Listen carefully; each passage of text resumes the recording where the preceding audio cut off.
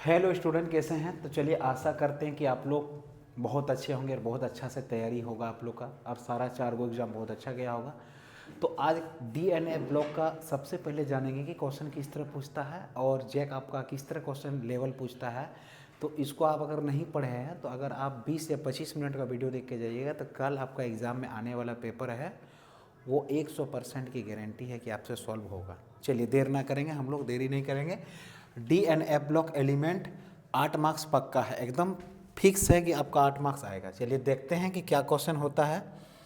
Question है, देखिएगा बड़ा अच्छा क्वेश्चन है, आपका जैक में पूछा हुआ है। बोला है आवर्त सारणी में सबसे अधिक ऋणात्मक तत्व कौन है। देखिए आवर्त सारणी में सबसे अधिक ऋणात्मक तत्व कौन है, किस तरह का क्वेश्चन पूछा है। देखिएगा आवर्त सारणी से दे दिया है। तो आवर्त सारणी पीरियोडिक टेबल में हम लोगों ने पढ़े हैं FON phone, fluorine, oxygen, nitrogen, chlorine, bromine, iodine. बस आपको यहाँ पे लिखना था बेटा आवर्त सारणी में सबसे अधिक ऋणात्मक तत्व कौन है, तो फ्लोरीन है। क्योंकि जैसे ऊपर से नीचे की ओर जाते हैं तो एटॉमिक रेडियाई माने क्या, विद्युत ऋणात्मकता का मान घटते जाता है और हम लोग ऊपर से नीचे की ओर जाते हैं तो विद्युत ऋणात्मकता का मान बढ़ता है। समझ में आ रहा है? तो ऊपर से नीचे की ओर जाने पर विद्युत ऋणात्मकता का मान घटता है, जिसके कारण सबसे ज़्यादा फ्लोरीन होगा। बस आपको यहाँ पे लिखना था F। ठीक है। दूसरा क्वेश्चन डीएनए ब्लॉक से बड़ा क्वेश्चन अच्छा पूछा है। बोला CuO2+ का इलेक्ट्रॉनिक कन्फिग्रेशन विन्यास लिखे।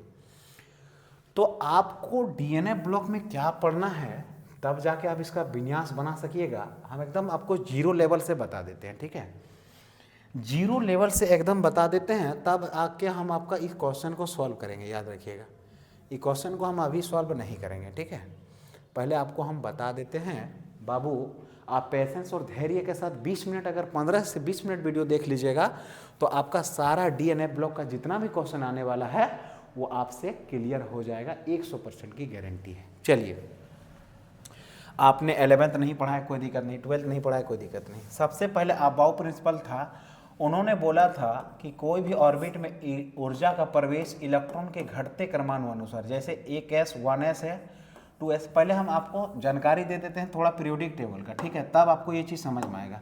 हम लोग का पीरियोडिक टेबल में टोटल 4 श्रेणी में बांटा गया है। पहला S, दूसरा है भैया P। इसको हम शॉर्ट में पढ़ाएंगे, ठीक है, ताकि हम टाइम को लॉस नहीं करेंगे और ज़्यादा डीप में नहीं जाएंगे, थोड़ा सा शॉर्ट में ही लेके चलेंगे।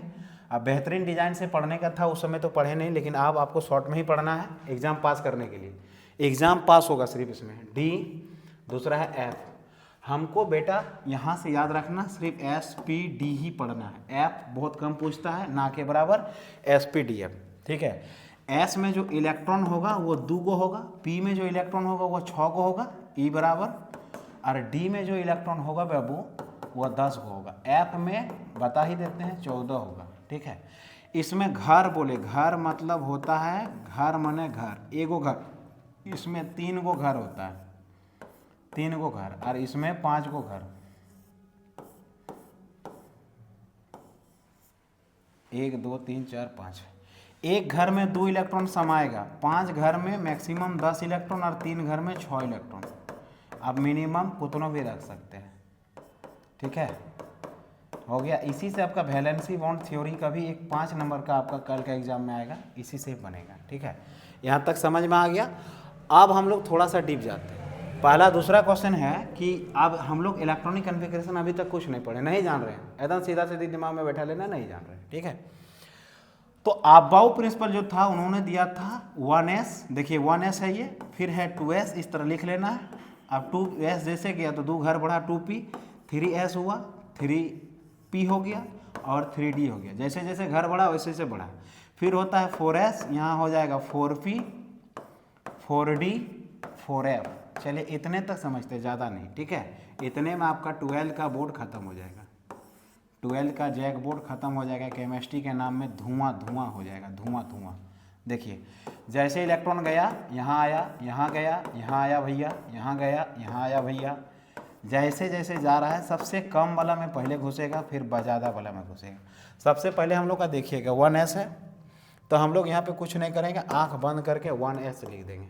इसके बाद क्या लिखेंगे, 2s लिखेंगे, 2s हो गया। फिर क्या है टोपी है, टोपी लिख देंगे। देखिए ऐसे गया खत्म, ऐसे गया खत्म, फिर ऐसे आया खत्म हो जाएगा। टोपी के बाद 3s हो जाएगा। आपको सिर्फ एग्जाम पास करना है। 3s, 3s के बाद कौन है 3p, 3p के बाद कौन है 4s, 4s के बाद है 3d। ठीक है, बस इतने।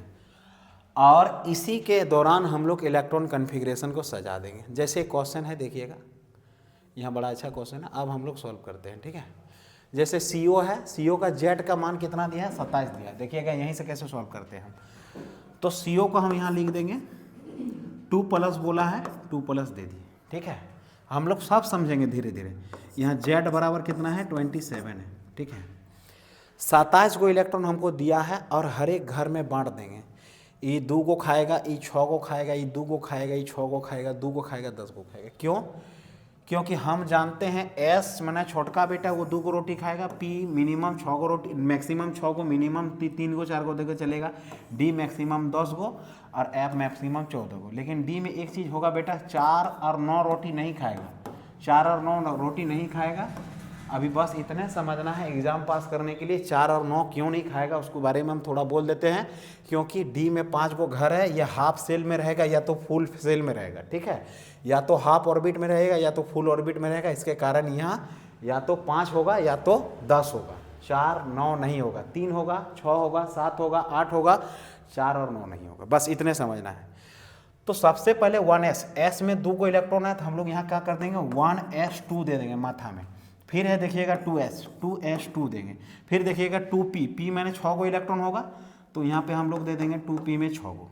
क्यों? क्योंकि हम लोग अभी सीखे, तुरंत हम लोग जस्ट सीखे p में 6 इलेक्ट्रॉन होगा और हम लोग के पास 27 को रोटी है।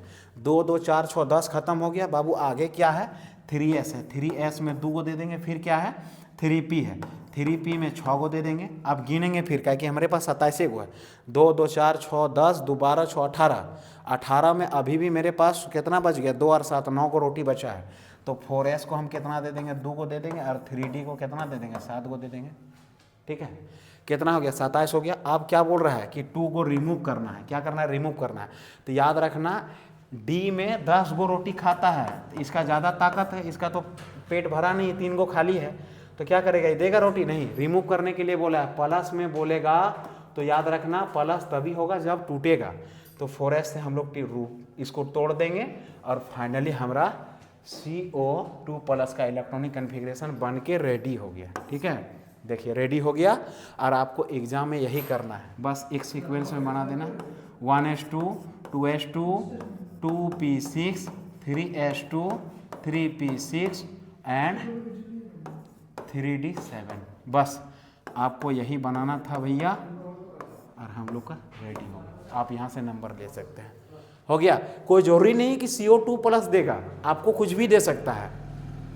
ठीक है, कुछ भी दे सकता है आपको। एग्जाम में, कल का एग्जाम में याद रखना एक क्वेश्चन बड़ा अच्छा पूछता है कि 3D श्रेणी, ये कौन सा श्रेणी है हम लोग जानते हैं। 3D श्रेणी में कौन कौन आता है, scandium, titanium, vanadium, chromium, manganese, fluorine, cobalt, nickel, zinc, ये सारा चीज़ आता है बाबू। ये 10 गो आपको याद करके जाना है। 10 गो इलेक्ट्रॉनिक एटॉमिक नंबर भी याद कर लेना, बहुत अच्छा होगा। ठीक है, आपको बहुत हेल्पफुल होगा इस मदद से। अब हम लोग यहाँ पे जानेंगे एक चीज़, जैक बोर्ड हम लोग का बड़ा अच्छा क्वेश्चन पूछता है, संक्रमण तत्व, संक्रमण तत्व तथा